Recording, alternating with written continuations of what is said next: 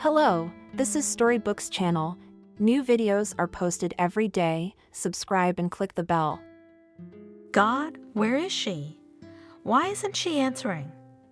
Samuel couldn't find a place to go, waiting for his wife to call. What's going on over there? They know I'm worried.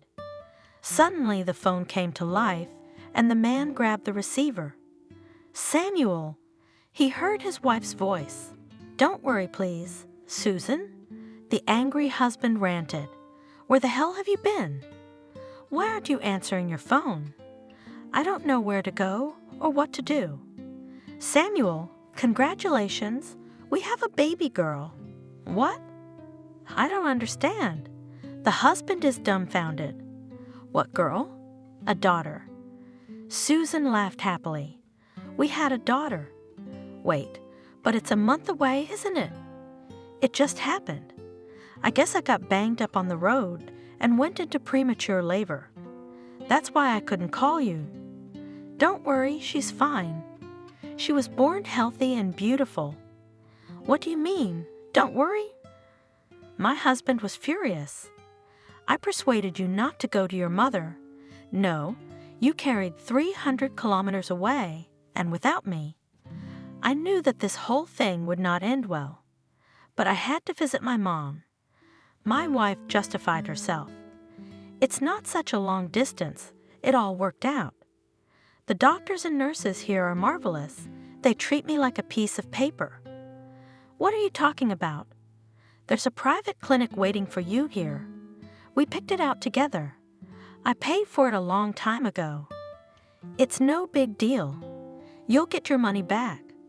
Believe me, it's no worse than the one in town. So tell me where this hospital is right now. I'm on my way right now. I won't leave you for a minute. You must see good doctors. Susan dictated the address to Samuel. Holy Mother! He cursed when he saw that the hospital was located in some godforsaken district center. Where the hell did you go? Okay, wait. I'm on my way. Susan stood at the window, watching the snow fall outside. Her newborn daughter was sleeping peacefully beside her. Susan, how are you feeling? A nurse came into the room. I'm fine. The woman smiled gratefully. My daughter is sleeping. My husband should come to pick us up soon. He was upset that I gave birth early. Lucky you and your husband. The nurse sighed. He's caring. Yes, we have been waiting 10 years for this child. We have been everywhere, checked everything. The tests were great, but we couldn't get pregnant. Do you know how painful it was to look at the moms who refused to give up their babies? We are young and healthy, cannot give birth to a baby, and these woeful moms, God gave such happiness, and they refuse it. And now the woman came to the crib and looked affectionately at the girl. We are happy to, the three of us. It's a shame about the refuseniks, the nurse said. I have so much milk. Susan laughed suddenly. There's enough for two. To tell you the truth, I've always dreamed of having twins so we could have 2 kids at once. The joy of all the years of waiting. Susan? The woman asked, hesitating. There's a little boy in the room, a sweet boy. His mother died in childbirth, and we haven't even seen his father. If you have a lot of milk, maybe you would agree to feed him. I have to pump anyway. Oh, and of course, bring him quickly. The young mother agreed. But he must have grandparents, right? They should, but Lisa, the boy's mother's name, said no one wanted her and her son. That's terrible. Poor thing. Tears came to Susan's eyes. Don't worry, you'll lose your milk. The nurse was scared. I feel fine. Bring the boy in. 5 minutes later, the woman returned with the baby in her arms, sucking greedily on the breast, looking at Susan with blue eyes. Little one. The woman said quietly and stroked the baby's head, kissed the pink cheek. Only 2 days of his life, and already he has experienced grief and betrayal, and now he is going to the orphanage. While we will stay with us, and then to the baby house, maybe someone will be lucky enough to adopt him. The boy is healthy, and his mom is not some alcoholic. Her kidneys failed, and here we do not have such equipment as in the city, so they did not save. She sighed sorrowfully. There was a noise in the corridor. What's going on in there? The nurse left Susan and walked out of the room. A man? She heard a woman. Where are you going? You can't go in the room. There are children in there. Let me through. The door opened and Samuel appeared on the threshold. My wife is here. Susan put her finger to her lips, still cradling the boy, who, because of the sudden sounds, let out his chest and was about to cry, wrinkling his nose funny. She pointed to the crib where their daughter was sleeping peacefully and continued feeding the baby. Susan? A nurse came into the room. Give me the boy. Daddy, you won't be here long, no visitors allowed. They're discounting the fact that you've traveled a long way. I got it. Thank you. The nurse took the baby away. Susan. Samuel handed his wife a bouquet of flowers, kissed her, and then asked her sternly, "What was that just now?" "Samuel," Susan whispered hotly. "Let's take this boy, shall we?" "Are you crazy?" The man marveled. "Are you out of your mind? How could we take someone else's baby?" "My love, his mother died, and his relatives have written a refusal. Nobody wants him, you understand. We'll have a girl and a boy. That's great. Do you realize you're taking someone else's baby into the house?" Samuel was really pissed off. "What if it's sick or we can't handle it? Are you going to take it back? It's not like picking up a kitten on the street. It's a person." "I get it." Susan looked at her husband pleadingly. "We can handle it. His mom was a decent woman, not a drunk, not a drug addict." "Okay." Samuel paced the room from corner to corner.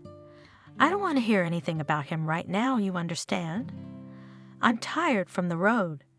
You're emotionally asking me to take in an orphan. Let's do it like this. The doctor said you're gonna have to stay here for a couple more days. We'll think it over with a cool head, and then we'll decide." "Okay." "Okay," Susan replied, looking at her husband with a rapturous gaze. "I love you, and I love you." The man leaned over and kissed his wife, then walked over to the crib where their daughter was sleeping peacefully. "Thank you for the baby." He leaned over the girl, scrutinizing her face. "How long we've waited for this day." "Yes, I'm very happy. We are both happy, and now I have to go." Samuel said regretfully, "Your nurse is very strict. I'm afraid she'll kick me out. I'd better go myself." He smiled, went to his wife again, hugged her and kissed her. "Don't miss me. I'll come back tomorrow." Her husband left, and Susan did not sleep. She thought whether it was right to adopt a boy. Doubts did not give her peace. Finally, she got up and left the room. "Helen?" She turned to the nurse on duty.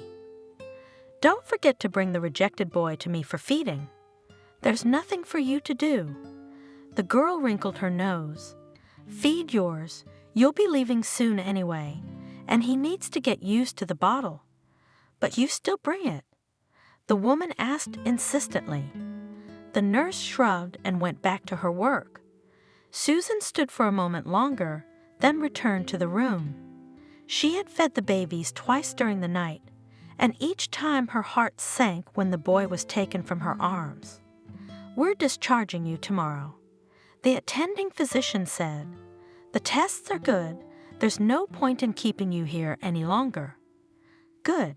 Samuel was happy when his wife told him. "Let's go home at last, Samuel." Susan looked at her husband questioningly. "You promised to think about the boy. Do you still insist?" "I don't insist. It has to be our mutual decision. I'll give it up if you say no, but before you say anything, think carefully. Maybe fate has put it in our hands. We're hardly going to get a second one, age and all, and here's a chance. Don't you have a heart? He'll be alone. He'll be placed in an orphanage. Then maybe he'll be adopted. We don't know where he'll end up, but he'll be fine with us. We love him like family. Okay. Ruffling the hair on the back of his neck, Samuel said, "Suppose we take him, but how will you explain his appearance to our relatives?" "I've got it all figured out." Encouraged by Samuel's words, Susan hurried on. "We'll say I'm having twins, but how do you envision it?" The man clutched his head. "We told everyone we were expecting a girl." "So what?" "We can say that we just hid the presence of a second fetus. We wanted to make a surprise. But think about it. Who will find out the details?" "What about the parents?" Samuel doubted. "I think we should tell the parents the truth." "Well, Samuel, my beloved husband, what decision will we make?" "As you say, so it will be. I agree with your opinion." Ouch! He waved his hand. "Be what it will be. The boy needs a home, and we could use a second child." "Samuel!" Susan shrieked with joy so as not to wake her daughter and threw herself on her husband's neck. "I knew it. I knew you'd say yes. Do you know what paperwork the adoptive parents need to gather?" "I don't know, but I think our doctor can help with that." They left the room and went in search of a doctor. "Margaret?" The young men knocked at 6, entered the residence room. "We need to talk to you." "Go ahead." Samuel could see the question in her gaze and the shy hope in her eyes. "We're here about the abandoned boy." "What do you want to know?" "We're ready to adopt him." "Guys," Margaret splashed her hands, tears welling up in her eyes. "I'm so happy for you and for him. You're great. I'm sure this child will bring you happiness." "We came to find out what documents we need to prepare, and also to ask when we can take him home." "I'll tell you everything." The doctor hurried away. "Here you go." She took out a long list of documents from some folder. "We can't get it all together in a year." Samuel exclaimed, "I understand." The woman was embarrassed. "But that's the way it is. We can't just give the baby away. We have to make sure you're healthy, that he won't need anything." We were just about to go home. Susan was confused. "What about the baby? You're not giving him to us now." "I'm sorry." The doctor waved her hand sadly. "We have to do all the paperwork first." "What do we do?" Susan looked at her husband in bewilderment. "You'll have to stay with your mom for a while," Samuel said. "We will calmly draw up the documents, here on the spot. Probably you can do it faster, and your return will look more natural." "Don't worry, my love," he whispered in her ear. "We'll make it work." "What about your job?" "I think I can stay for a week. At least we'll have time to go through the doctors, and we'll figure out the rest." They said goodbye to the doctor and talked about where to start. Then Susan called her mother and told her she was coming. "Daughter." Vanessa ran out onto the porch to greet her dear guests. "Oh, I'm so glad. I never thought I'd see my granddaughter again. I thought you'd leave right away." "Mom." Kissing her, the young woman said, "We have something to talk to you about." "Come in. Why are you stuck outside?" "Father is all exhausted. Waiting for you. He can't wait to wash his feet with his son-in-law." When the joyful fuss had died down, the parents and guests gathered in the living room. "Mom, Dad," Susan announced, "we've decided to adopt. It's an informed decision." The daughter gestured to stop her father, who was about to be outraged. "We've thought it over, but we don't want anyone but you and us to know that Hunter is a stranger to us by blood. Will you promise not to tell anyone?" "But my daughter." Vanessa tried to reason with the young parents. Are you sure you're doing the right thing? And how long will you hide from the baby that he is not your own? He must never know about it. Susan said firmly. The next day, the young people took the tests and went to the child welfare office. The head of the department read Samuel on a sign nailed to the door. Helen, hello. They hesitantly walked into the office, where an elderly woman sat behind a desk. She gave them a stern look at the threshold. Have you seen the appointment times for personal matters? We did. Samuel smiled disarmingly. But maybe you could make an exception for us. We want to adopt a boy. So, the woman asked in a displeased tone, looking at them over her glasses. Please leave my office and come back as scheduled. What kind of person are you? The man stormed out. We're talking about a child. We can't wait. Every day he spends in the hospital is like a day in jail for an adult. Don't make your own rules. I'm not going to change my work schedule because of you. This conversation is over. She's up. Please, Helen. Susan looked at her pleadingly. Help, and we will not be in your debt. The woman suddenly softened. All right, what child? Rejoicing at the sudden change in the department head's mood, Susan described the situation. Well, my darlings, the woman sat back in her seat. First, gather all the certificates. She put a list in front of them. No one will give you the baby without them. Isn't there any way to speed up the process? No way. The employee waved her hands. Maybe you are some kind of criminals, and you will do a hell of a lot with the child. Or had a criminal record. We must also look at the conditions in which you live, whether your income allows you to support the baby. Think about it. Samuel was getting more and more annoyed. Would we take a child if we didn't know what we could do? I don't know, it's not written on you. Helen was adamant. If you get the certificates, come back and we'll set a court date. What trial? Well, it's all through the court. The child didn't fall out of the sky into your hands. What if the relatives want to bring him up themselves? They've already written a waiver. That's the way it's supposed to be, and stop arguing, or I'll think you're mentally unstable. Samuel, Susan whispered pleadingly in her husband's ear. Don't argue with her, or they won't give Hunter back. Well, roughly asked the woman, settling back into the chair. Why are you standing up? Go get the certificates. If you haven't changed your mind, I'm not going to collect them for you. Right away, they claimed to be in a hurry, but they froze like a statue. The young people left the office, shocked by the cold reception. Old bitch. Samuel scolded. There's nothing human left. If you want to do a good deed, you'll come across such bookish people, and you'll send the whole system to hell. Darling, why are you so angry? His wife tried to calm him down. You can understand them too. They stand guard of the law. We are strangers. No one knows us here. No one to vouch for us. How many like us have passed through her hands? You'd think they'd look at the certificates and know us better. Calm down, please. We'll get this paperwork together, and we'll all go home together. We have a lot of paperwork to put up with. 3 whole months went by without a hitch. Samuel and Susan were worried because the court hearing was tomorrow. The adoption case was being heard. The clerk announced. The judge read the application, familiarized herself with the certificates that the young family provided. Why do you need this child? She asked. You have a daughter. Why do you need a stranger? Listen, Samuel spoke. We couldn't have children for a long time, and we are unlikely to have a second one. We are not 18 years old.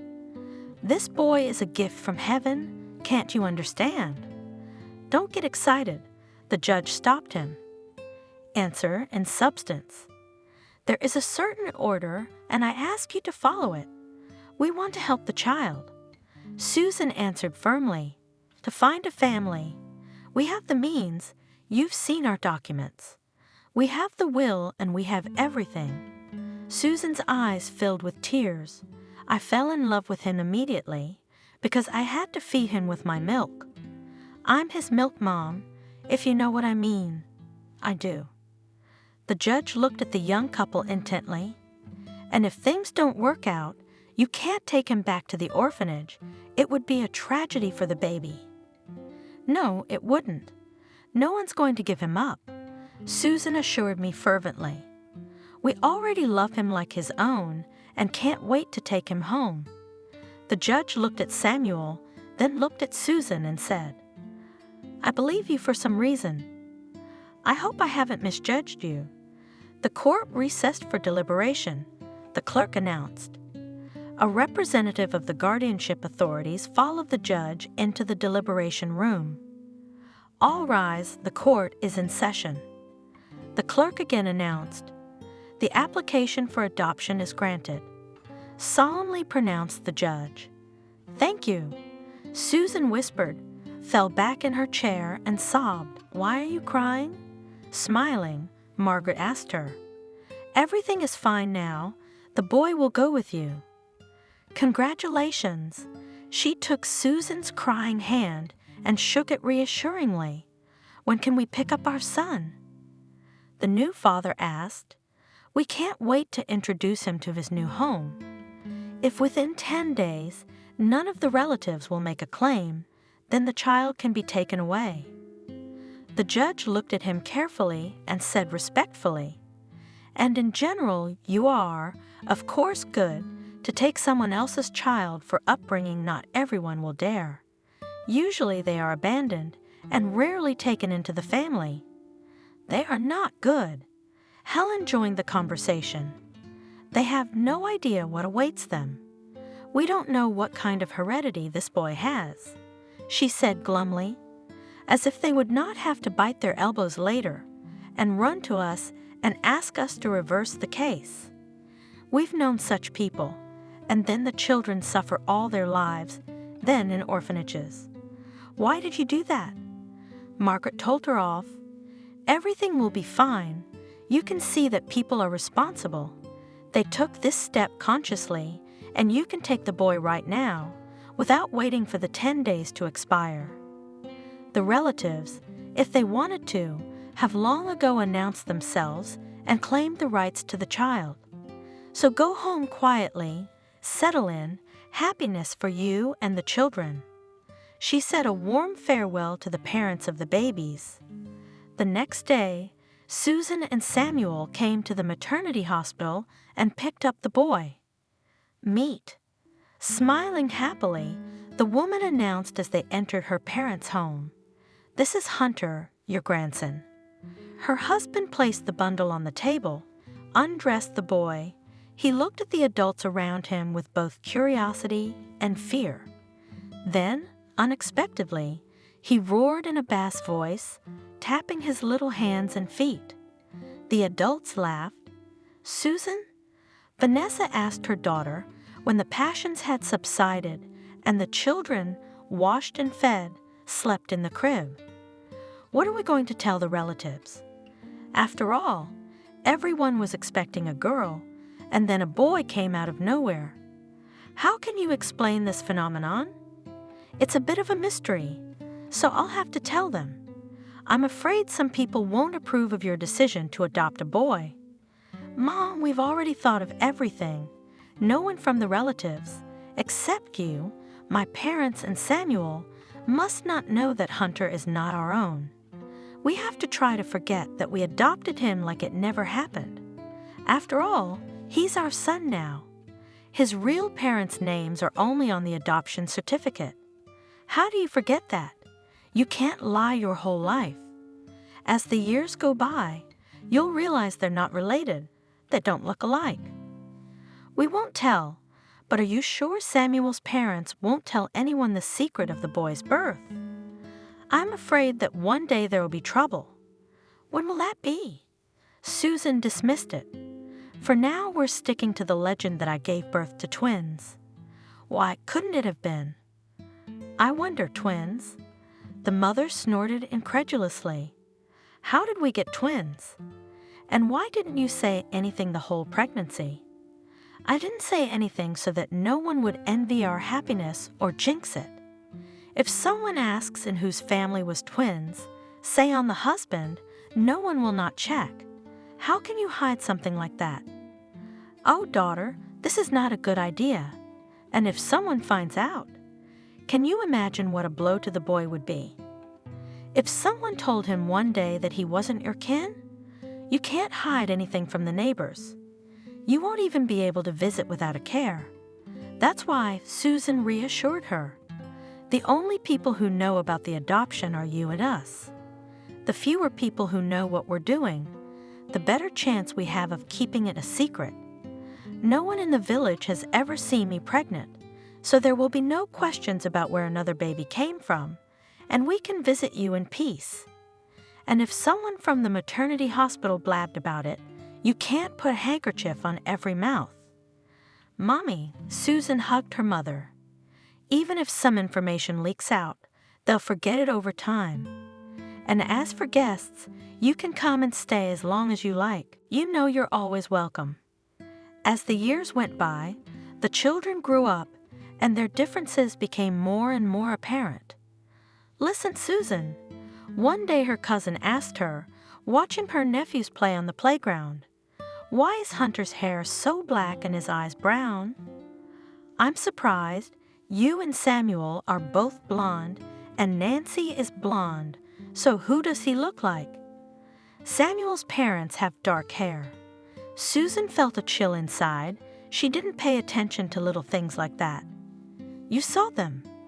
Oh, who knows about genes? How am I supposed to know whose breed Hunter is? Personally, I don't care. Look how smart that boy is. But he and his sister look nothing alike. So what? Nancy's our breed and Hunter's his father's. It's still strange. The woman eyed the boy suspiciously. Are you sure you didn't have your baby switched at the hospital? I saw a program on TV the other day where several families suffered because of negligent nurses. Imagine, only to find out that the children were accidentally switched. Don't be ridiculous. Susan told her off. What are you doing with my kids? Have your own and put them under a microscope. It's like, it's not like. Even if it is, nature is so inexplicable. Doesn't it happen that babies don't look much like their parents? If I were you, I'd get a DNA test, see if they're really switched. Brother and sister can't be so different, but if you gave birth to them from Samuel, they are. She laughed. Are you out of your mind? How could that thought even enter your head? What should I think? The relative excused herself. I could be offended by such words. Come on. The woman poked Susan in the side conciliatingly. I was joking. Next time, doubts visited the kindergarten teacher. Susan? She asked with a laugh. I look at your babies and I can't understand how the same parents have such different children. Nancy is such a creative girl, singing, dancing, and how she tells poems. Hunter is completely different, silent, no creative skills, but he's already solving math problems. Susan remarked sharply, I don't get it. What are you implying? No, I'm not implying anything. The young teacher was frightened. I just can't understand why they don't even look alike. Because they're twins and twins can be different. In fact, leave my kids alone. Curiosity won't get you anywhere. Ask less questions. Do more with your kids. Susan said coldly, I'm sorry. The teacher was embarrassed. I didn't mean anything bad, but it's strange that they don't look alike at all, as if they came from different parents. Such conversations made Susan panic, and she tried to control herself and not get into an argument, proving that the man was wrong to question her children's parentage. Hunter and Nancy had been very friendly since childhood. If one of them was hurt, the other always came to the rescue. They were feared at school because the two of them could put any bully in his place, and yet sometimes there were situations that made their parents worry. "Mom?" Hunter asked one day, "What's your blood type?" "B positive." "And Dad?" "B positive." "Why do you ask?" "What's mine?" "You?" Susan hesitated and looked helplessly at her husband. "Yes." Waiting, looking at the parents, the son asked. "Today we talked about blood types in biology, and I don't know which one I have. You see." The woman was confused and then gathered herself and spoke cheerfully. "In the maternity hospital, and children do not determine the blood type if the R factor is positive. That's why we don't know exactly what yours is." "And what could be?" insisted son. "Any type. If you have studied this topic in biology, you should know that in our case, children can have any blood type." "How can I find out mine?" "You can get your blood analyzed and ask to have your blood type determined." Satisfied with his mother's answers, Hunter went about his business, while Susan poured herself a glass of water and drank it in one gulp. The older she gets, the more she asks questions that stump me. "Thank goodness you found something to answer," my husband remarked. "I'm afraid to guess what he'll ask next time." Time was running fast. The high school graduation came unexpectedly. Had we waited and our children would receive their diplomas today?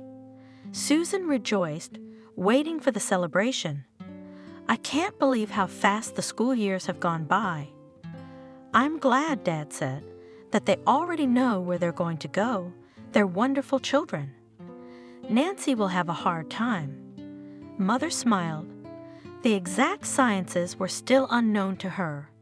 Maybe she shouldn't have gone to an institute. A technical school was enough for a girl. Nothing. A good education has never hurt anyone. "I'm glad that children help each other." Father remarked. "Hunter won't leave her. You'll see she'll study for 2. The children went to university. Studying was not easy for the daughter at first, but Hunter studied with her sister in the evenings, and soon she began to make progress. "Sister, do you know where we have all the documents?" Hunter asked her once. "I need my passport urgently, and I have no idea where to find it." "Look in the cupboard. I think I've seen it there recently." Nancy responded. "Why do you need one?" "I want to enroll in a driving course. They don't accept applications without a passport," answered his brother, digging through the papers.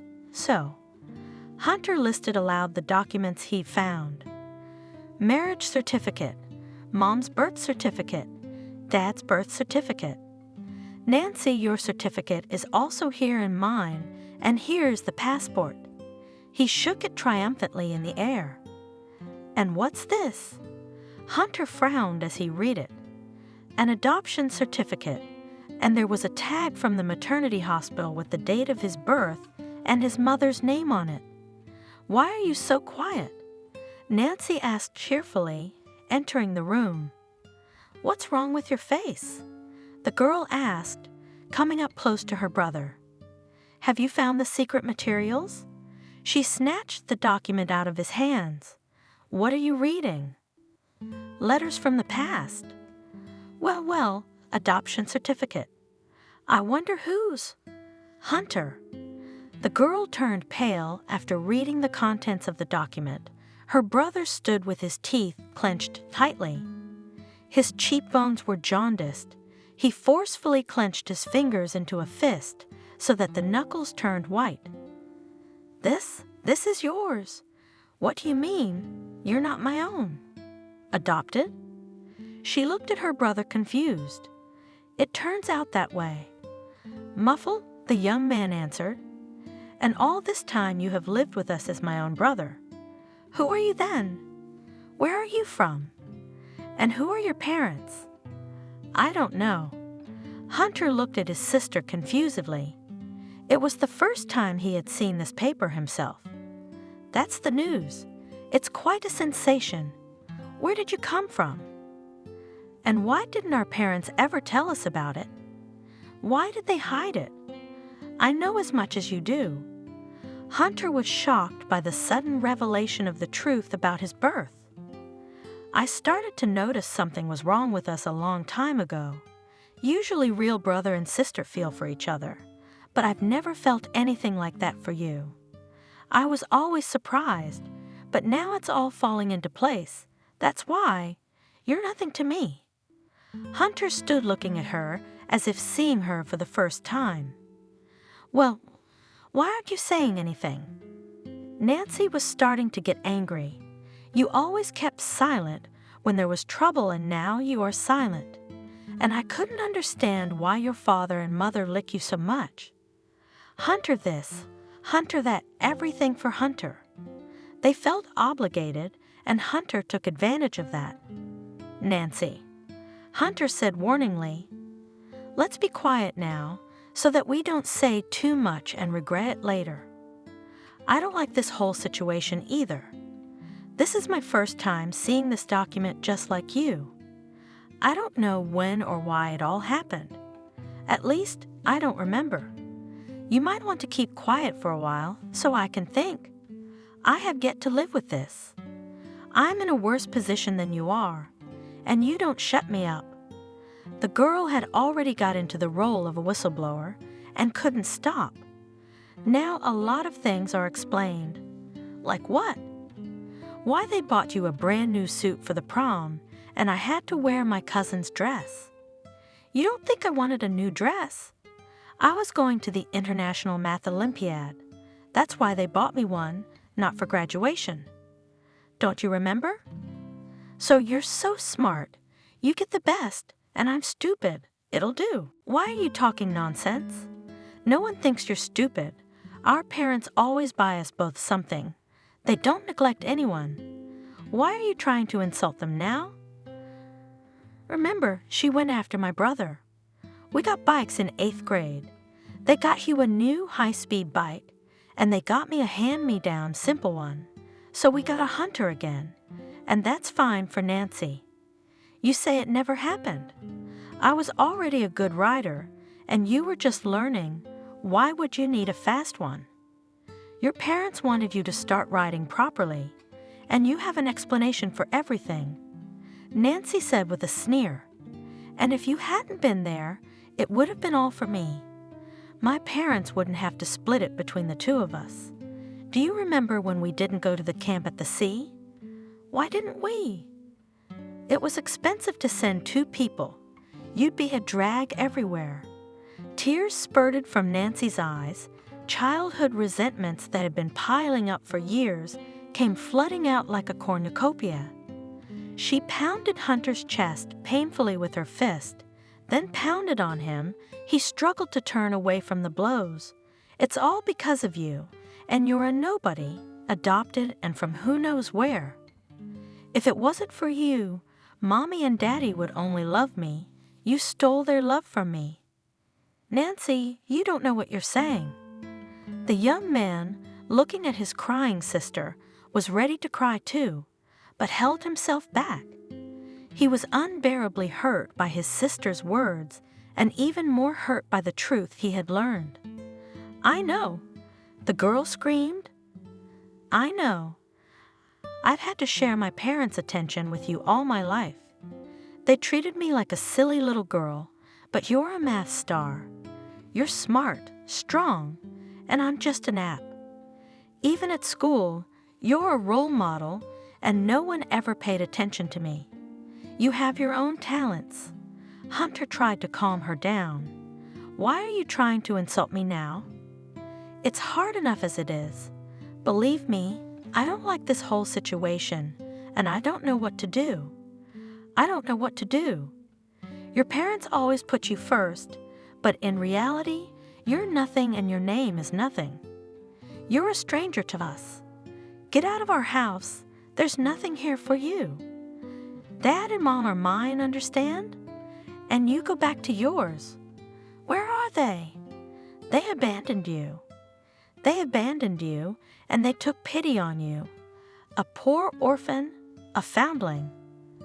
I hate you, I hate you. She rushed to her room, fell on her bed, and wept.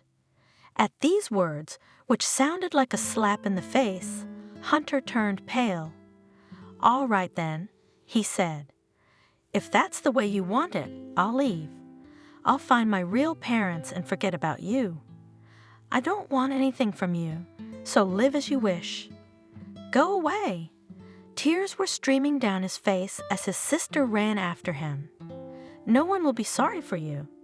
Do you expect me to run and beg you to stay?" "I won't." He threw some things into his backpack, took his laptop, and carefully folded the adoption certificate and tag. At the door, he looked back, said a silent goodbye, and walked out of the house that had become a stranger to him in an instant. Nancy shuddered when the front door slammed, jumped out of bed. Somewhere inside remorse awoke, but the girl quickly wiped the tears and tried to calm down. "Gone," she said. "So be it." She was pleased with herself. The childish resentments that had accumulated in her heart had finally come out. I should have told him a long time ago, and that's what he should do. I never want to see him again in my life. And my parents? How could they do that? They didn't consult me, didn't ask me if I even wanted a brother. She closed her eyes, still sobbing, and fell asleep, tired, devastated. She awoke to the sound of her parents' voices in the kitchen. They were discussing something animatedly, chuckling. Nancy got up, went into the bathroom, washed her tear-swollen eyes, then wandered into the kitchen. Her mother was busy at the stove. "Daughter," Susan asked cheerfully, noticing her. "Call your brother. We'll have dinner. I'm hungry." "I can't eat. I think I could swallow a mammoth right now." "What's the matter with you? Your eyes are red. Have you been crying?" She looked at her daughter worriedly. "I'll get her." Samuel answered. He went into his son's room and shouted from there. "He's not there. It's strange." "Nancy?" He asked his daughter, coming back. "Do you know where your brother is? Did you two have a fight?" The mother looked at the girl sternly. "He is not my brother." Nancy replied glumly, sitting down at the table. "What?" The parents exclaimed with glee. "Are you overheated in the sun? What do you hear?" The girl replied swaggeringly, starting to eat. "Don't pretend to be surprised. I know everything. He's nobody to me. Stand up when you talk to your parents." The mother turned pale and forced her daughter to rise from the table. "What are you talking about? What happened between you two? Tell me now, why do you care about him so much? He's not your own son." Hunter found the adoption certificate. We talked to him for a while. She briefly recounted her conversation with Hunter. "He left. I think he did the right thing. It's not his home, and you cheated me. I thought of him as my brother for 20 years, and he's a stranger who's been put into my family by someone else's grace, and you forgot to ask me if I wanted a brother. Are you out of your mind?" Mother was furious. "How could we ask you? You were just born then, both of you. Why didn't you tell us later? Why didn't we talk?" Nancy insisted. "Listen, daughter. Susan could hardly control herself. Maybe it's our fault for not talking to you sooner, and we certainly didn't expect it to come out so suddenly. But it's our decision, and it has nothing to do with you, much less Hunter. It's not his fault he was orphaned from birth. I didn't expect you, daughter, to throw a man out of his home. Tell me now, where could Hunter have gone? Father was out of his mind. If anything happens to him, I will never forgive you. How should I know?" Nancy shrugged her shoulders irritably. "He probably went to look for his real mother, and rightly so. There's nothing for foster children to do in our house. Let him go to hell. I won't cry." Susan, not expecting you herself, swung around and slapped her daughter. "Mom," the girl grabbed her cheek. Tears came to her eyes from the pain. You hit me? Your own daughter hit me because of some prodigal. How can you do this to me? Do you love him more than me? Don't you dare call him that. Susan shouted in anger. You don't know anything. She fell back in her chair. You don't know anything. The woman cried. He has no one. His mother died in childbirth. There was no father, and his relatives refused. I fed him milk with you. I'm his milk mother, and he's not a stranger to us. I don't understand how you can be so callous. He's nobody to me. Nancy was stubborn. Maybe I'm a stranger to you, too. Rubbing her reddened cheek, she asked, You wouldn't beat a native, and all because of that hunter. Well, kiss your favorite, of course. He's the best. You're wrong. Trying to pull himself together, my father said, If you think we love him more than you, we've never made any distinction between you. Remember, if we punished both of you, we praised you too. Remember how Hunter defended you if we were angry. He was willing to take punishment for you. Remember how he took the hit when a tree in the forest almost fell on you during a thunderstorm. He had his back to you. You little fool. You jealous little girl. You were at camp, don't you remember? He broke his arm then. He had to wear a cast for a month during the summer. Of course you forgot. Your empty head only remembers the wrongs, but not the good. I remember. Nancy's lips quivered. And you're still defending him now? I mean nothing to you. What are you talking about, silly? Her father put his arms around her, sat her down beside him on the couch, wiped away her tears. And remember, you were still small. Before Christmas we punished you and left you without sweets, and he gave you his present, and you sat under the table, eating candy, and thought we could not see anything. And after all that, you say he's not your own. How could you insult your brother? Yes, your parents are different, but sometimes strangers are much closer than family. If Hunter hadn't found that damn certificate, would it have occurred to you to question your parentage? You too couldn't be spilled with water. Mama, Papa. Nancy suddenly burst into tears. I'm such a fool. I've hurt Hunter. I'm selfish. He'll never forgive me. What have I done? He will. Susan took her daughter's hand. He will. We just have to find him first. Let's think together about where he might have gone. You know, the father asked, Which kids is he friends with the most? Classmates? Neighbors? You know his neighborhood better than we do. Think of names, phone numbers, places you've been. Yes. Now. Wiping away her tears, Nancy started calling her friends. Hello, Ethan. Do you have Hunter? I can't get through. My parents are worried. If you have any, tell them to call me right away. She hung up. I haven't seen her. Call someone else. Susan interrupted her. Nancy dialed number after number, but each time she flailed her arms helplessly. No one had seen him. She roared again. What do we do? He'll come back, won't he? Mom, Dad, tell me, will he come back? Will we find him?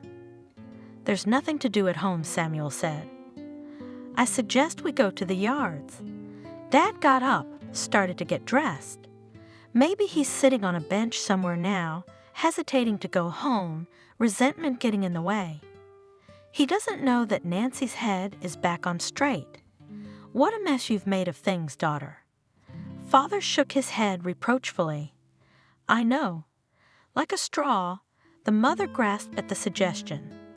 Let's go look for him, ask around, see if any of the neighbors have seen him.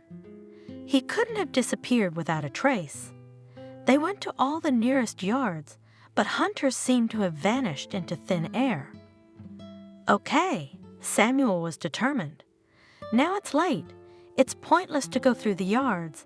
It's unlikely to spend the night on a bench, probably hiding somewhere. Let's wait till morning. Maybe his son will show up. After all, he's a sensible man. And if he doesn't? Susan looked painfully at her husband. He had been wronged, and God only knows what was going on in his head. Nancy has told him so much. If he doesn't come back, we'll go to the police in the morning. It's useless to look for him ourselves. Let the professionals do it. They went home and went to their rooms. Mother woke up from every rustle. But Hunter did not appear, did not call, did not send a message. The night passed without sleep, waiting. It was our own fault, Susan said in the morning as she made breakfast. For some reason we left the documents in a prominent place. We should have destroyed them immediately. I asked you to.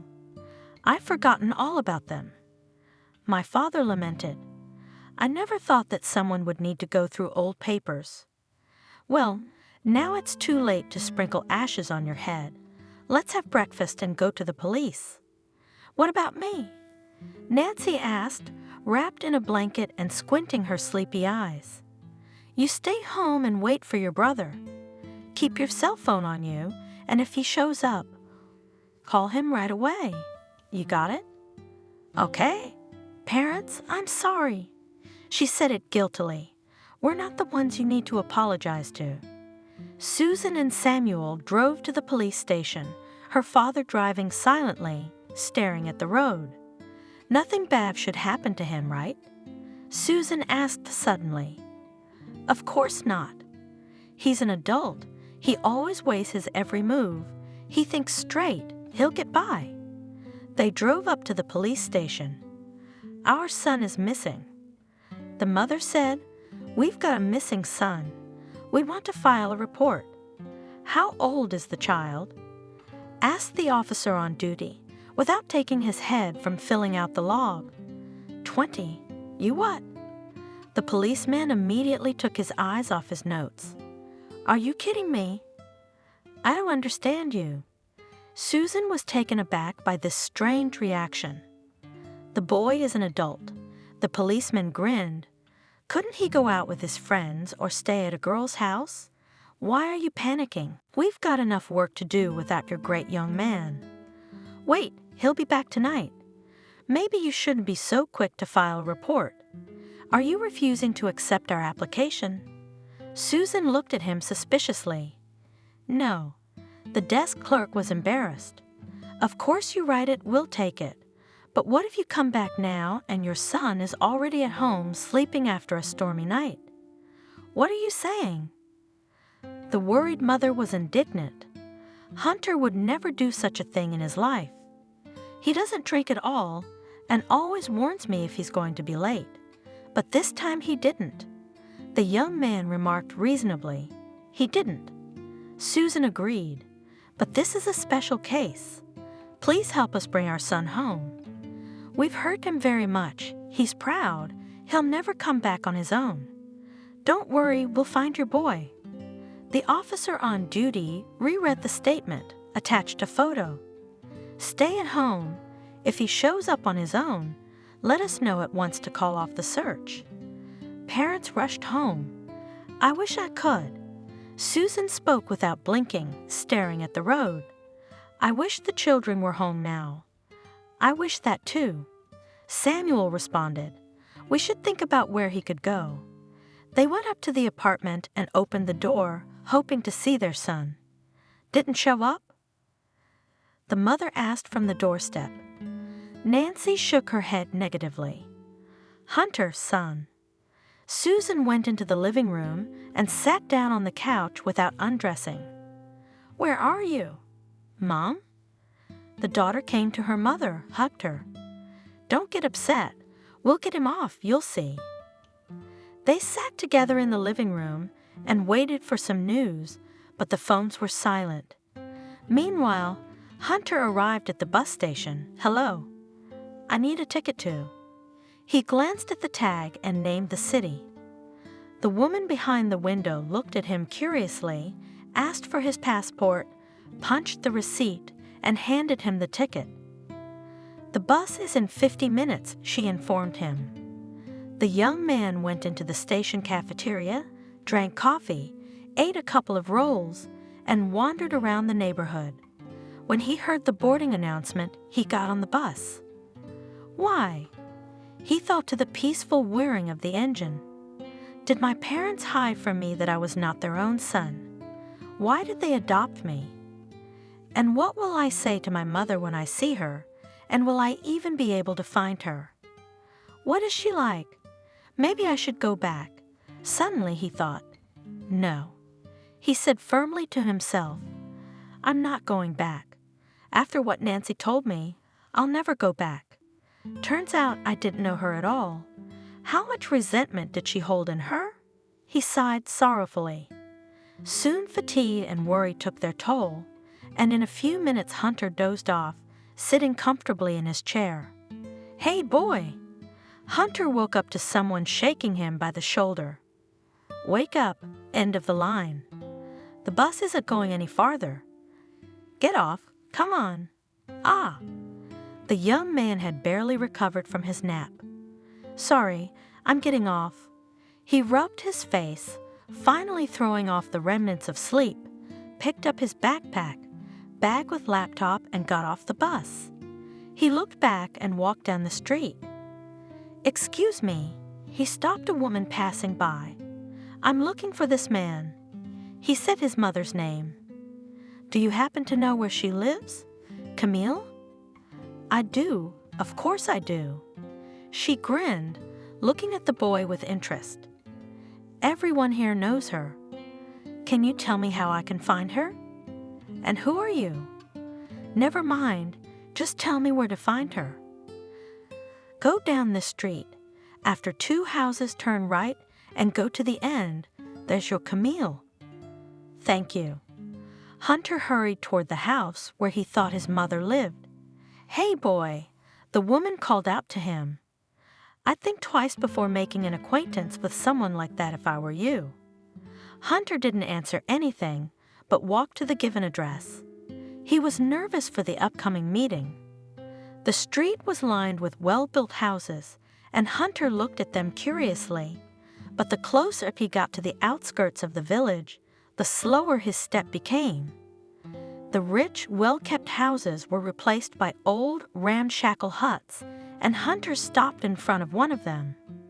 Did someone really live here? The young man could not believe his eyes.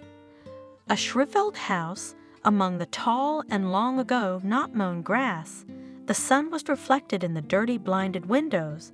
On a shabby plaque nailed to the corner of the house, one could hardly see the number of the house. There was no doubt that this was the house he was looking for. Hunter opened the gate. With a horse barking, a chained dog jumped out of the booth. A neatly dressed, unshaven man came out. What do you want? I'm looking for a stranger. Squinting into the sun, the man said, keeping his cigarette in his mouth. I'm looking for Camille Clark. I was told she lives here. Well, she does. But what do you want from her?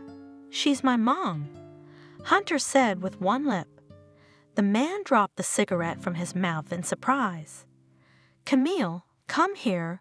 Your son is looking for you. A couple of minutes later, a short woman came out on the porch. She was dressed in a stretched sweater, which was constantly coming off her shoulders, exposing a white t-shirt that had once been washed, a soiled robe sticking out from under the sweater, which reached her knees, worn barefoot. Trampled slippers completed the picture. She, fixing her dirty, disheveled hair, looked at the stranger attentively and spoke in a faltering tongue. What are you doing, Bob? Have you eaten too much bleach? What son? I don't have one. She immediately shrieked and bent, having received a sensitive blow to the side from her roommate. Come on in, boy. Hunter, the man, smiled broadly. Your mother's sick. She's not thinking straight. And it's been a while. How old are you?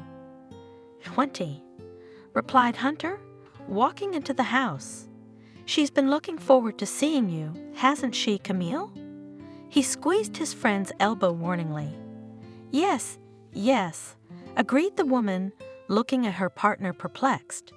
Come and sit down, and we'll set the table with your mother.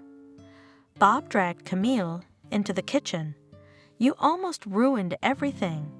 He hissed at her. "Can't you see that? The kid's well-dressed, so he must be from a rich family." "Well, he's not my son. I've never had kids." "Who cares now, stupid? If you're his mother's full namesake, we can capitalize on that resemblance. You know what I mean, dummy head." "But how?" "First of all, make up a sob story about why you had to give him up. We need to do everything we can to keep him here." "Why?" "We don't have enough to eat, and we've got an extra mouth to feed. He's a big boy. He needs to be fed." "What a fool you are. He's gonna feed us, so he can help his mommy a little. Now pretend to be a loving and suffering mother, a victim of human injustice. Go to him and pretend you've dreamed all your life of finding him." Hunter gingerly sat down on the worn sofa and looked around the room. "How can anyone live here?" he thought. "Why is it so dirty? It's like our place." He thought involuntarily, and then he stopped himself. "There's no us. I'm on my own. What's your name, child?" Camille appeared in the room. "Hunter." The young man went up to meet her. "Wow." The woman brushed away a tear. "I dreamed of naming my son Hunter, too. Apparently, God heard me and suggested this name to your foster parents." She walked over to the young man and took him into her arms. "Son, how happy am I to see you." She pulled away from him, scrutinizing him. "Tall, handsome, just the way I imagined you in my dreams. You have no idea how much I suffered for leaving you at the maternity hospital." "But why?" Hunter looked at her intently. "Why did you leave me?" "Let's sit down. There is no truth in your feet." She sank down on the sofa beside her guest, folding her hands mournfully in her lap. "I would never have given you up if it weren't for circumstances, son," she sobbed. "I had no money to support you." "Who was I?" "A young girl with no education, no steady job. Your father, when he found out I was pregnant, abandoned me. My parents conditioned me to leave the baby at the hospital or get the hell out. What could I do? I was almost as old as you are now. I'm sorry, son." She took his hands in hers and clung to them, hot tears streaming down her cheeks. Hunter felt them dripping down his arms. "I'm very guilty before you. I'll never begrudge you forgiveness." "Oh, come on, you. I understand different circumstances happen. I'm not angry with you. But now that you've found me, we'll never part again, will we?" She looked hopefully at the young man. "Yes, I'll stay with you, if I may." The woman hugged the boy. He wrinkled his nose, smelling the strong odor of booze and unwashed female body. He wistfully remembered the smell of his foster mother, always well-groomed, clean, and trim. "Thank you, dear, for not giving up on me, for finding me. Now I'm not afraid to die, my blood." "Dying? Why do you say that?" "I'm very sick." Camille sighed heavily. "What about you? Is there anything I can do to help? You see, there's no work here. We get by on odd jobs, and my health isn't what it used to be, and I'm old. The employer wants someone younger. We don't even have anything to buy you. So let me go to the store now," suggested Hunter, rising to his feet. "I have money. My darling son." Camille hugged the boy again. "Thank you. We must celebrate your arrival. Bob?" She called her roommate, who had been in the kitchen all this time. "Take the boy to the store. Tell him what to buy for the table." By the time the men returned from the store, the woman had put the room in relative order. A mountain of unwashed dishes disappeared from the kitchen. The floor was washed. An old but clean bedspread appeared on the sofa. The table was shot with oilcloth. "Here we are," Bob announced happily, putting 2 full bags of sundries on the table. "Generous son of yours." "Come on, Mother, set the table. We'll celebrate his return to you. I've invited some friends of ours." Quietly, he said in the woman's ear, "Is there a place to wash?" Hunter asked hesitantly. "I'm sweaty and dusty from the road." Bob laughed. "We have a bathhouse, but we ran out of firewood last month, and we have no money to buy it. Tomorrow we'll agree with the neighbors. They'll heat the bathhouse. You'll wash yourself, and if you want, you can wash yourself with cold water, straight from the well. I'll bring a towel right away." Hunter, shivering from the cold, doused himself with water from the well, changed into a fresh t-shirt, and returned to the house. "Sit down, son," invited his mother. "Don't be sorry what God has sent. We serve." Hunter sat at the table, listened to the conversations of adults, and saw how his mother's mood gradually improved, warmed by vodka. "I see that you have fallen into a good family." She started talking. "Lucky then. Don't look at me like this. I used to be beautiful, not drinking. I had a hard life." She cried. "But when you drink, you feel better.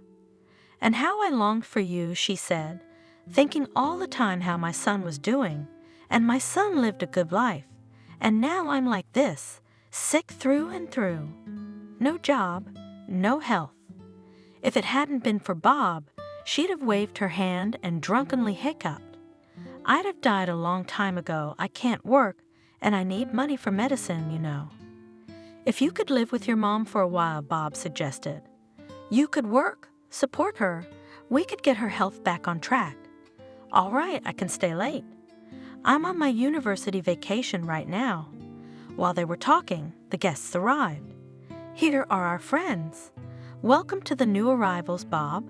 This is Camille's son, here to visit." The man and woman said hello to Hunter, sat down at the table, and the conversation was immediately revitalized. "See." Looking proudly at Hunter, Camille boasted, "What a handsome son I have grown up. I wasn't so bad when I was his age, but now." She cried, knocked back a shot of vodka. "Alone, nobody needs me. All hope for my son." "You don't know." The young man looked around at the already pretty tipsy company. "Where can I get a temporary job here?" "If only at the market, as a loader," answered the guest. "There is always a shortage of people there." "I agree. When do I start?" "Come tomorrow. I'll set you up with the market owner. But the work is hard." He hummed, incredulous, looking at the puny boy. "Can you do it?" "I can handle it." "Shall I lie down?" Hunter asked his mother, not boldly. He didn't call her by her name and patronymic. It was awkward, and he couldn't pronounce the word mom. "Oh, what am I, dummy head?" Camille got excited. "Come on, I'll make you a bed. You're tired from the road." She took the young man to the farthest room, where there was nothing else but an old rickety wooden bed and a couple of chairs. The woman made up the bed and left Hunter alone. It took him a long time to fall asleep, reliving over and over the events of the day. Drunken voices came from the kitchen. Then one of the men picked up a guitar, and everyone sang. The young man covered his head so he wouldn't hear the noise and soon fell asleep. "Hunter?" The boy woke up to the hoarse voice of the woman he thought was his mother. "It's time for you to go to work, Bob. Hurry up so you can have breakfast." Hunter quickly washed his face, ate the remains of last night's feast, and went with the man to get a job. "Here's your job." A sturdy man in his old age pointed at the crates of fruit. "Now the car will come. The forwarder will say what you need to load. The salary will depend on your The young man worked all day, taking only small breaks. His master praised him. "Well done. I'm pleased with you," he said to the boy in the evening, counting out the bills. "Here, you've earned it." Only Hunter went outside from the market gate when Bob ran up to him. "Hi. Sniffing his nose and occasionally looking around, said the man, "So, how was your first day?" "Fine," Hunter replied. "I'm a little tired. Now it would be good to have a snack, because I haven't eaten anything since morning." Yeah, put your arm around his shoulders and said Bob, "I'll be right there. Mom's setting the table." Just then, he looked away again. "Let's go to the store. It's supposed to be paid from the first paycheck," he assured, noticing the young man's perplexed look. "And your mom's head hurts after yesterday. It needs to be fixed. Do you understand? You're a caring son, aren't you? You and I are going to go to the store." The man insistently pulled Hunter toward the store. "We'll buy what we need, and then we'll go home." At home, the company from yesterday was waiting for them. "Oh!" They greeted Hunter with shouts of joy. "Our breadwinner is here. The first paycheck should be properly celebrated," Bob announced, putting a bag full of vodka and snacks on the table. "Well?" impatiently asked his mother. "Show me how much you've earned." She looked greedily at the bills that the young man took out of his jacket pocket. "You'll share it with your mother, right?" "Sure." The boy handed her almost all the money, leaving a small amount for himself. "Here, thanks, of course, why you need money and me," she wept. "I just need to buy some medicine." And again the house was noisy until midnight, until the hosts and guests fell asleep wherever they could, exhausted from drinking and eating. The next day, everything was repeated. Hunter was silent, did not make a remark to his mother, did not try to chase the guests away. He went to work every day, and the company successfully drank and ate his earnings. The young man lost count of the days. More and more often, he was overtaken by memories of that family, but he chased the thoughts away from himself, not allowing himself to regret for a moment the decision to leave home. "Hunter, son," his mother called out to him one evening. He had just fallen into a peaceful sleep, giving rest to his body, tired from physical work. "Get up. Some people are asking for you." "What people?" Reluctantly wiping his sleepy eyes and getting out from under the warm blanket, Hunter asked. "Do I know? Go see for yourself." Camille took a firm step toward the hallway. "Why are you here?" Hunter asked rudely, seeing his foster parents in the hallway. "Hunter." Susan's lips quivered when she saw her son, gaunt, in a laundered t-shirt, with long unwashed hair, barefoot. He was a pitiful sight. "We need to talk. Why don't we go outside?" "Let's talk quietly, without witnesses." "Son?" Camille came out of the kitchen. "Are you all right? Who are these people? What do they want from you?" "I'm fine," answered the young man, and went out of the door and into the street. "You came for nothing," he said firmly. "I'll stay here. At least until classes start at the university." "Son."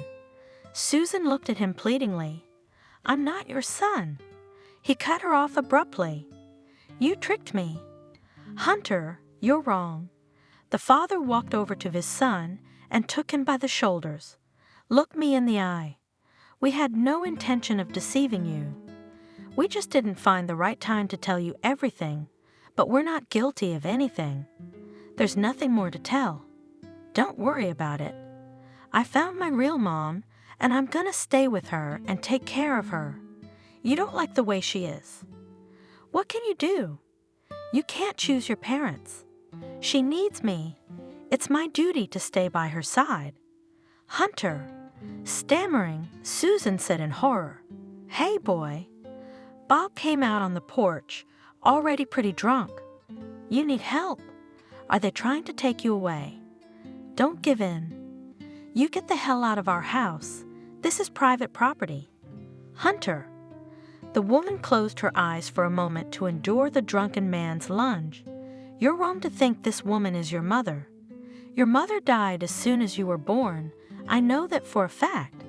And if by blood I'm not really your mother, then you could call me a milk mother.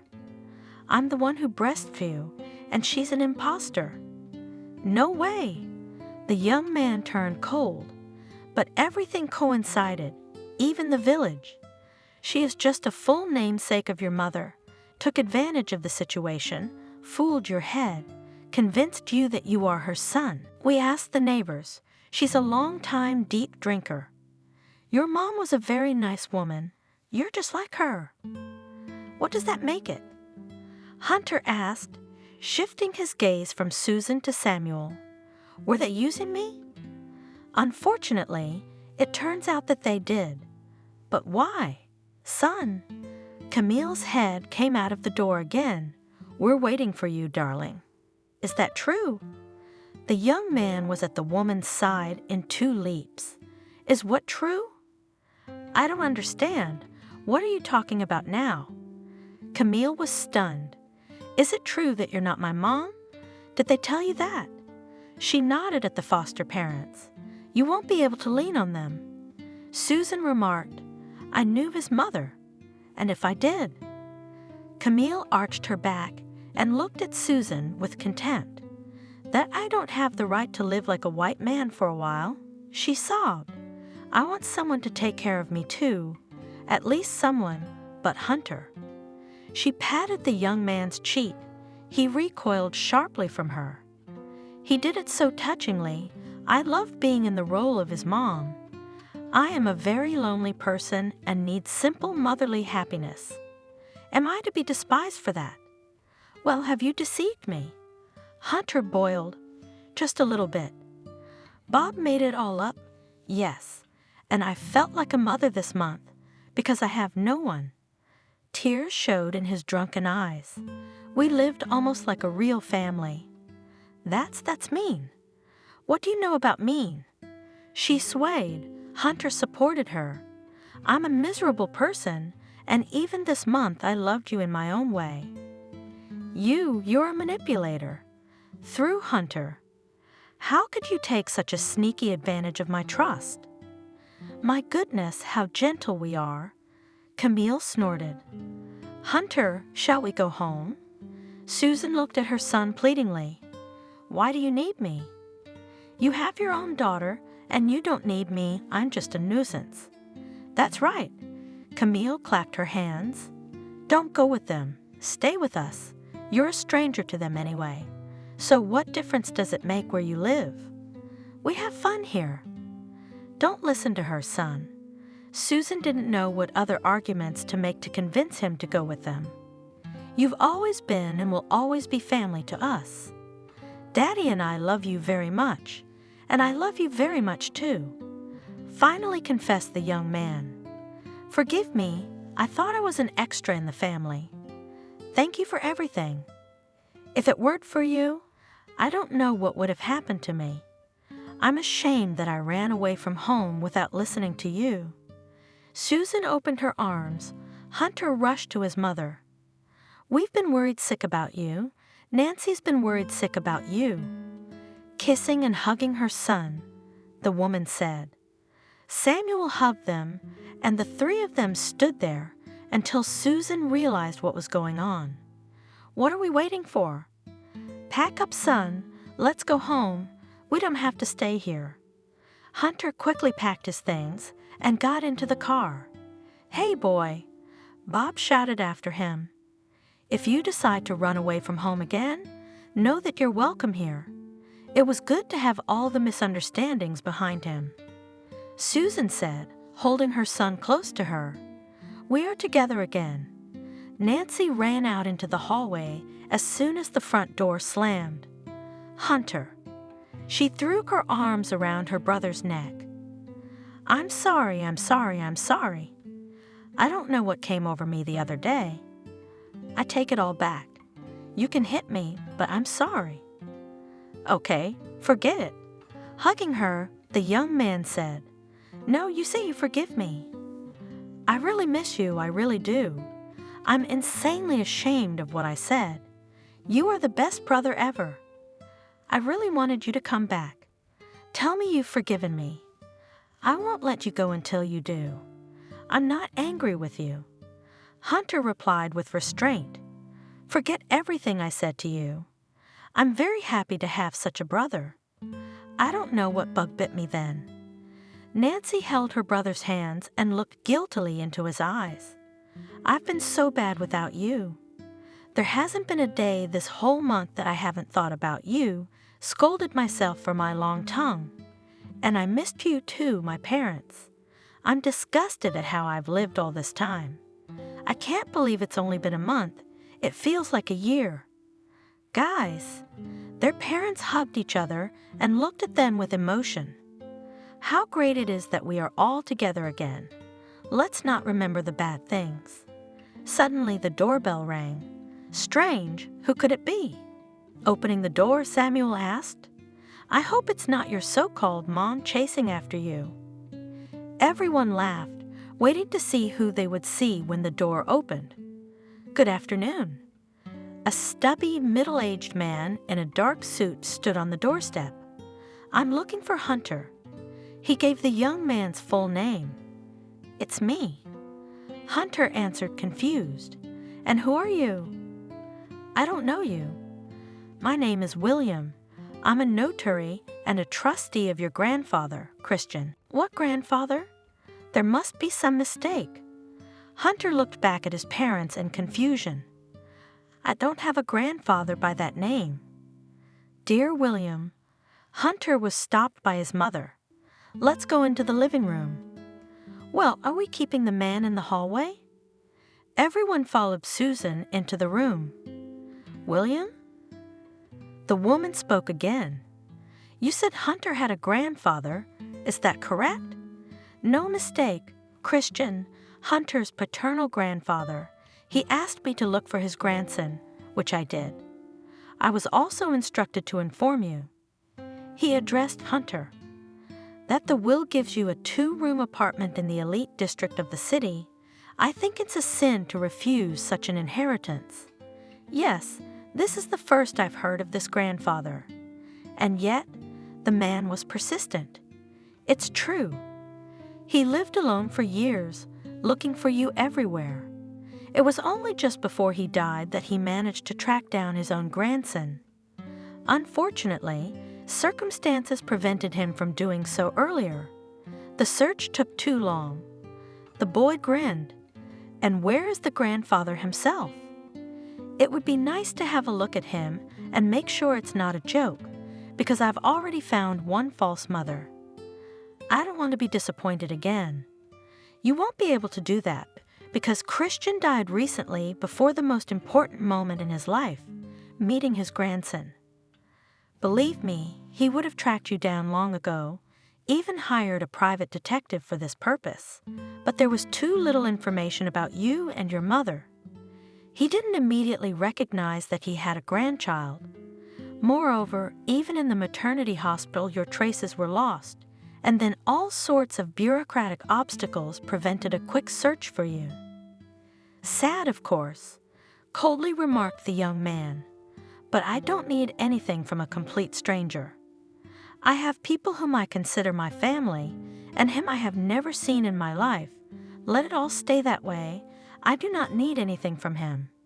"Son," his mother stopped him. "Listen to the man, please.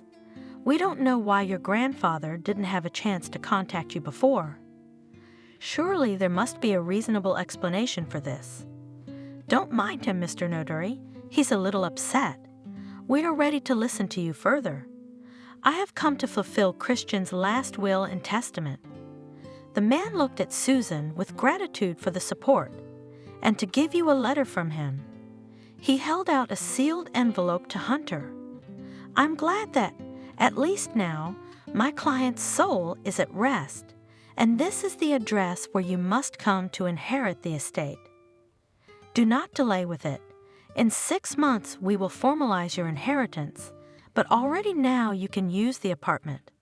So I'll be expecting you soon. The keys to the apartment are kept with me. And now let me digress." He bowed his head ceremoniously and left, leaving the whole family at a loss. "What are you frozen?" Nancy came out of her reverie for the first time. "Hurry up and get to the table.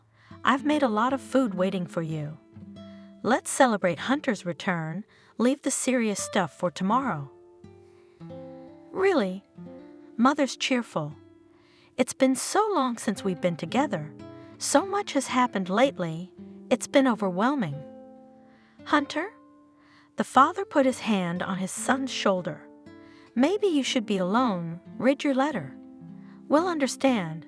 We won't take offense." "No." The young man shook his head, as if shaking off heavy thoughts. "I'll read it later. I want to try Nancy's food first. I hope she's not planning to poison me." "Oh, you." The girl took a joking swing at her brother. "I tried my best, and you're laughing at me again." "At last we can hear our son again," smiled the father. "Children don't be naughty, as their mothers stop them as children. Indeed, it's time to go to the table. I have much to tell you," said Hunter, when the first cheer of his return had passed. "That's good." Susan rejoiced. "I want to hear how you've been living all this time, how you came across this same false mom. If you could see," she turned to her daughter, "what a shack your brother had to live in. I am deeply ashamed." Nancy was blushing to the roots of her hair. "That I attacked you, Hunter. When I realized what I'd done, I was ready to fall through the ground. I really wanted you back. I mean, we've got the whole place on edge. Right, parents? We even got the police involved. Without them, we never would have known where to find you. Don't apologize." The young man smiled. "I'm also good. Instead of waiting for you, Dad, Mom, and talk, I ran away from home, got angry like a girl, and I'm a grown man, could not curb emotions. It's unforgivable in me." He waved his hand guiltily. "The most important thing is that we are together again." Susan looked fondly at the children, her husband. It was good that everything ended safely. Everyone had learned a life lesson. Now everyone knew everything. There should be no hard feelings. They sat up past midnight, talking, laughing, remembering stories from their childhood. "We're sitting up too late," Mother realized. "It's time," agreed Father. "I'm tired from the road." Soon everyone went to their rooms, and Hunter was alone. He went to the window and stood looking at the distant, dark sky for a long time. Finally, he resolutely grabbed the envelope, opened it, and began to read. "Dear grandson," Christian wrote, "if you are reading this letter, it means that I am no longer alive, and I will never be able to see you. I won't recognize you as you have become. I won't be able to look you openly in the eyes, to justify myself to you for your son, your father, and for myself, to ask for forgiveness. I won't be able to tell you that I've thought of you every minute. Yes, grandson, my heart is full of unspent love and tenderness. How I long to hold you against my chest, to tell you that I persisted in searching and hoping to meet you for all 20 years. Believe me, I would have given everything just to see you, at least once, and then I would not be afraid to accept death. Where were you, grandfather?" Hunter swallowed the lump stuck in his throat. Then the news that I was living in a foster home wouldn't have been so shocking to me. I wouldn't have developed a persistent sense of loneliness. He took a deep breath, regaining his composure, and continued reading again. "I'm sure you would have understood me, but I guess it was God's will to punish me severely for failing to raise my son properly. He left your mother when he found out she was pregnant. He ran away like a coward, afraid of responsibility, and when he admitted that your mother had a son by him, I immediately rushed to look for her. But it was too late. She died in childbirth, and you were immediately adopted. Nobody wanted to tell me the last name of these people, covering themselves with the secrecy of adoption. I had to stop looking because my son fell into bad company and needed constant supervision. I did not teach him responsibility, did not instill in him an aversion to bad habits, did not immediately realize that except for himself, he loves no one else. He got addicted to drugs and burned out in a couple years. My wife, your grandmother, couldn't bear the grief and left after her son. I was ready to go after them, but the thought of you kept me going. Can't you imagine, grandson, what torture it was? To be alone with bitter guilt. If my son hadn't left Camille, she'd still be alive. I hired a private detective, but he didn't get on your trail right away. The golden time was irretrievably lost. Unfortunately, worries over the death of my wife and son, despair at not being able to find you, undermined my health. I know that I don't have long to live. That's why I'm writing this letter, to have time to say everything I wanted to say. Now that you know the truth about our family, maybe you will find a drop of sympathy in your heart, and someday you will forgive all of us for making you suffer. I pray to God that you will find in your new family the happiness that my foolish son has deprived you of. To help you in any way I can, I'm leaving you a small inheritance. My notary will take care of the arrangements. I hope you won't refuse to accept this gift. That's it, dear grandson. My heart acts for you every day. Farewell without a trace. I believe you will be happier than we are. Hunter tore himself away from the letter. For a long time he sat staring at one point, then he crumpled up the sheet of paper, threw himself on the bed and cried. He heard the door creak. He was inexpressibly ashamed of his weakness, but he could not stop. Tears were pouring from his eyes. Sonny! Susan crouched down beside him on the bed, stroked his head. I'm so sorry you didn't get to meet your grandfather, but if he sent this letter, he loved you. Gradually the sobs dampened. Hunter, wiping his tears, sat down next to his mother. There was no one left of them. Still sobbing, he said. They're all dead, you see. I'm the only one left. The door to the room creaked open again, and Nancy appeared. You are not alone, for you have us, she said. And we love you very much. She hugged her brother, tears welling up in her eyes from the tenderness overflowing her soul. I know. Hunter smiled.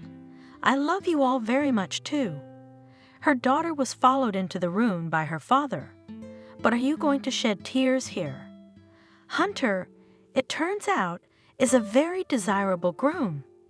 He smiled. Now that you have your own apartment, I hope you don't want to move out immediately. We wouldn't like that very much. All three of them looked at the boy expectantly. No. Hunter smiled, looking at them warmly. You are my closest people, my real family, and I don't need another.